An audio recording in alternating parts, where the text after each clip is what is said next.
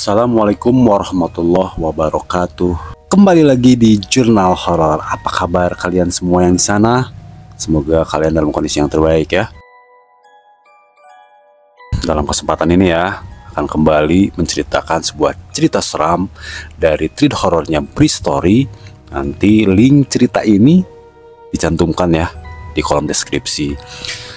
Nah, sebelum masuk ke cerita, Jurnal Horor mengucapkan banyak terima kasih yang sudah support subscribe-nya, yang sudah like, comment, dan share juga. Nah, lupa share ke teman-teman kalian juga ya.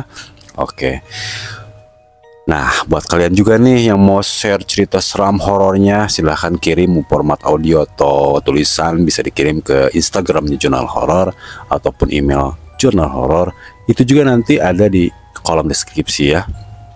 Oke, gak usah panjang lebar. Kita langsung aja masuk ke cerita. Bali, gak perlu dijelaskan panjang lebar lagi kalau pulau ini merupakan salah satu tempat terindah di muka bumi, eksotis di berbagai sisi. Tempat tujuan paling banyak dikunjungi oleh banyak wisatawan dalam dan luar negeri. Terkenal juga dengan sebutan Pulau Dewata, tempatnya para dewa. Tapi nggak bisa dipungkiri juga kalau Bali punya banyak cerita mistisnya. Salah satunya adalah peristiwa yang dialami oleh salah satu teman kita berikut ini. Simak di sini di Bristory. Aku Irin, tinggal dan tak pernah mengalami peristiwa menyeramkan yang tidak masuk akal.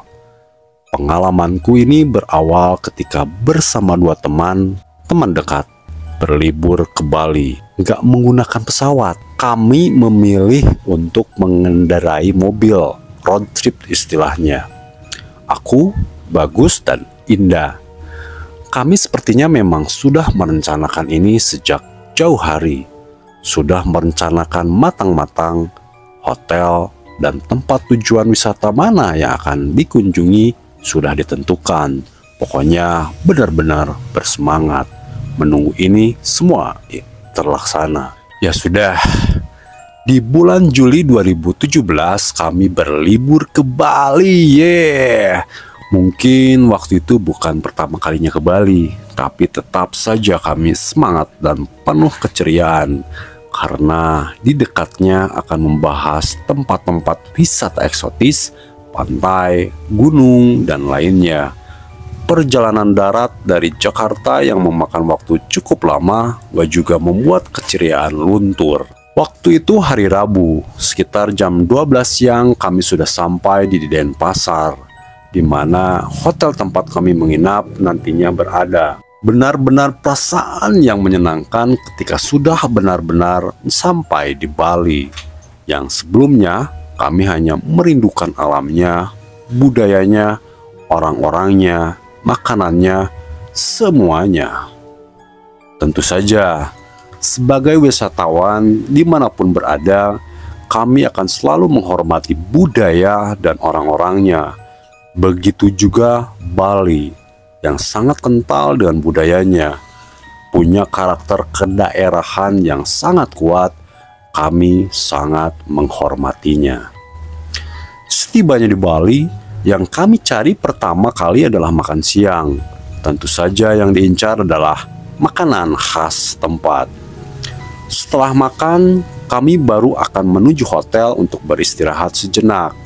Hotel tempat kami menginap ini letaknya gak di tengah kota, tapi bukan di luar Denpasar juga. Sengaja nggak mencari hotel mewah berbintang. Lalu kami berhenti di satu rumah makan khas Bali. Kira-kira masih 1 jam jaraknya dari Denpasar. Akhirnya nemu restoran. Laper gue. Bagus bilang begitu ketika kami turun dari mobil. Rumah makan ini nggak besar, tapi nggak kecil juga. Hanya ada satu bangunan yang berdiri di lahan luasnya. Bangunan yang sebagian besar komponennya terbuat dari bambu, sangat artistik. Di halaman hanya ada kendaraan kami, gak ada kendaraan lain. Pertanda kalau pengunjung di dalamnya juga kemungkinan kosong. Benar, ketika sudah berada di dalam, kami hanya melihat isinya hanya deretan meja dan kursi kosong. Gak ada orang yang sama sekali.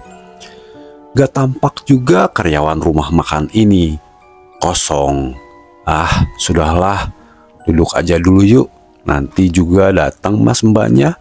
Begitu aku bilang, lalu memilih salah satu meja yang masih di dekat pintu. Benar apa aku bilang tadi, gak berapa lama kemudian ada mas-mas datang mendekat sambil tersenyum. Selamat datang, silakan memilih menunya. Begitu kata mas itu sambil menyodorkan daftar menu. Gak makan waktu lama, kami yang sudah kelaparan sejak dalam perjalanan tadi langsung memesan makan. Kemudian sambil menunggu makanan datang, kembali kami berbincang.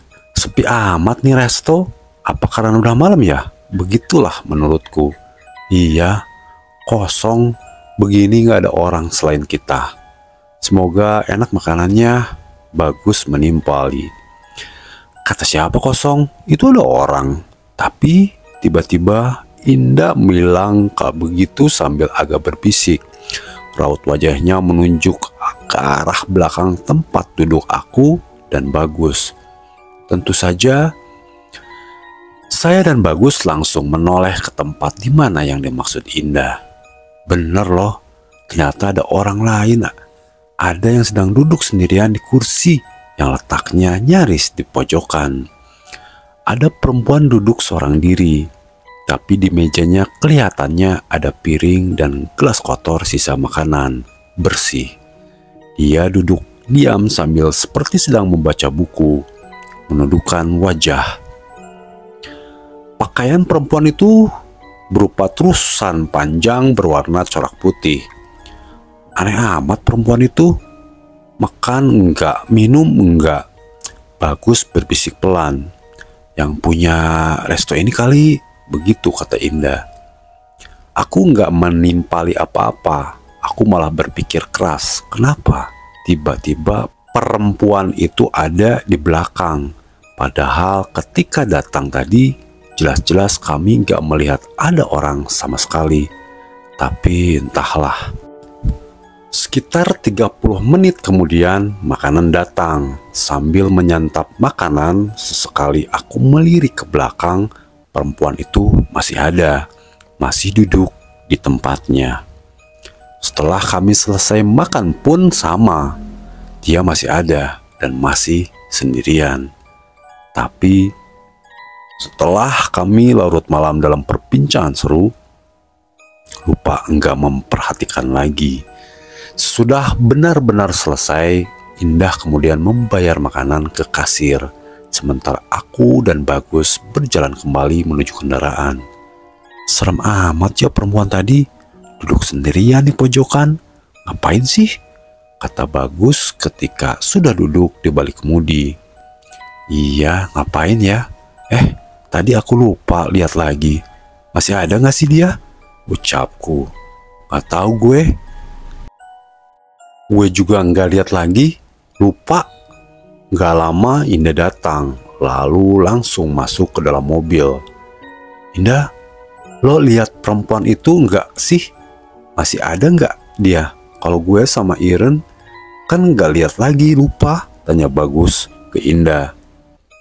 Tahu gak sih lo, perempuan itu tiba-tiba udah gak ada, gak tahu kemana. Agak serem juga sih. Terus gue nanya dong ke mas kasirnya, siapa tuh perempuan yang duduk sendirian di pojokan tadi? Terus mas kasir bilang, gak ada siapa-siapa. Dari tadi juga cuma kita doang pengunjungnya.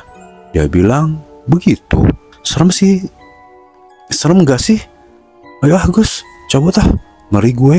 Begitu penjelasannya Indah panjang lebar. Bagus lalu cepat-cepat mengendarai mobil, meninggalkan restoran itu agak seram juga. Singkat cerita, sekitar jam 10:30 kami sampai di hotel. Oh ya, pondokan Tempat kami menginap ini letaknya sekitar 50 meter dari pintu masuk yang letaknya dekat parkiran. Jadi harus sedikit berjalan kaki untuk mencapainya. Tapi perjalanannya menyenangkan. Kami menelusuri jalan setapak yang kanan kirinya banyak pepohonan dan lampu-lampu templok kecil. Pokoknya indah dan gak membosankan.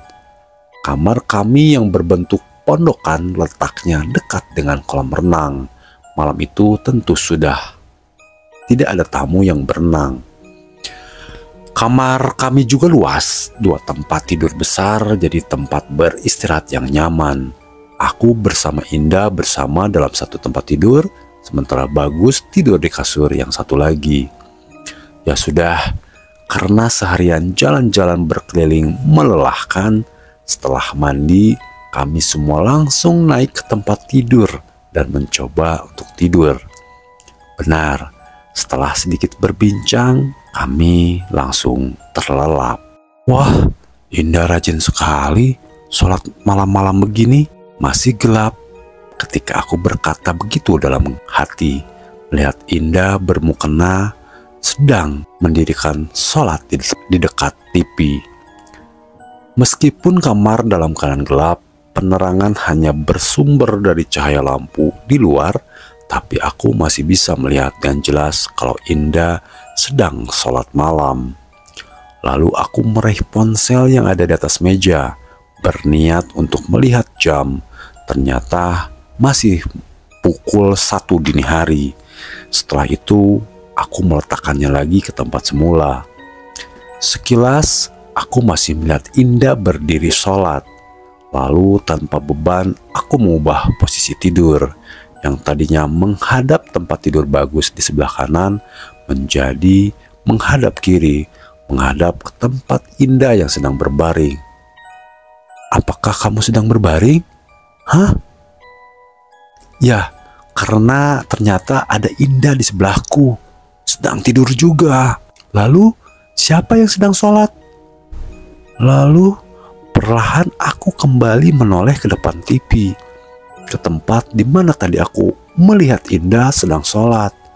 Sosok yang aku kira sedang sholat itu masih ada, masih berdiri seperti tadi aku pertama kali melihatnya. Ketika sudah aku perhatikan lebih seksama lagi, sosok yang tadi aku pikir adalah Indah ternyata bukan sedang sholat, tapi sedang berdiri diam dalam gelap dengan rambut tergerai panjang. Dan itu bukan Indah, karena Indah sedang tidur di sebelahku. Dalam remangnya cahaya, aku masih bisa melihat kalau sosok itu berpakaian terusan berwarna putih bercorak. Pakaiannya mirip dengan pakaian perempuan yang kami lihat di restoran saat makan malam tadi. Belakangan, aku juga baru sadar kalau ternyata sosok seram itu bukan berdiri membelakangi, tapi malah menghadap aku. Sepertinya selama beberapa saat kami saling berpandangan. Aku tercengang dalam diam, tenggorokan tercekat nggak bisa berkata-kata. Aku merinding ketakutan. Ada kuntilanak berdiri di dalam kamar. Gak ada yang bisa dilakukan. Aku hanya mampu menarik selimut secara perlahan untuk menutup seluruh badan sampai kepala, termasuk Indah aku selimuti juga. Aku tidak berani melihat sosok seram itu lagi. Tiba-tiba, Indah yang sejak tidur tadi menghadap dinding, perlahan malah membalikkan tubuhnya. Ternyata dia juga nggak tidur. Kemudian, di dalam selimut, kami saling menghadap. Itu siapa yang di depan TV? Tanyaku sangat pelan. Gak tahu, serem Ren. Aku takut. Dari jam 12 tadi, dia berdiri di situ. Begitu jawab Indah. Kemudian kami hanya berdiam diri ketakutan, nyaris menangis. Hingga beberapa menit berikutnya terdengar tawa cekikikan. Suara keras kami yakin sosok seram itu yang tertawa. Tawa cekikikan itu terdengar 2 kali. Setelah itu gak lama kemudian kami mendengar pintu kamar terbuka, lalu menutup lagi dengan bantingan keras. Kemudian suasana kembali hening. Gak lama setelahnya kami memberanikan diri keluar dari selimut untuk melihat situasi. Perempuan itu sudah gak ada lagi. Aku lari langsung ke pintu lalu menguncinya. Kemudian menyalakan lampu kamar. Malam itu aku dan Indah tidak tidur hingga pagi menjelang. Balik lagi ke gue ya, ke Bri. Sebenarnya masih banyak nih kisah seram yang tempat kejadiannya di Pulau Dewata. Nah itulah treat horornya Bri. Nanti buat cerita ini linknya ceritanya akan dicantumkan di kolom deskripsi ya, biar kalian bisa langsung cek gitu, baca di thread horornya Bri Story di Twitter. Terima kasih yang sudah mampir, terima kasih yang sudah support subscribe-nya. Yang belum subscribe silahkan subscribe, itu gratis. Terus like, comment, and share juga ke teman-teman kalian. Kita tidak sendirian hidup di dunia ini. Kita benar-benar berdampingan sama mereka yang tak kasat mata. Dan sudah jelas, masih banyak hal-hal di luar nalar yang mungkin belum bisa dipecahkan secara logika. Sampai ketemu lagi di cerita seram, cerita horor lainnya hanya di Jurnal Horor. Salam horor.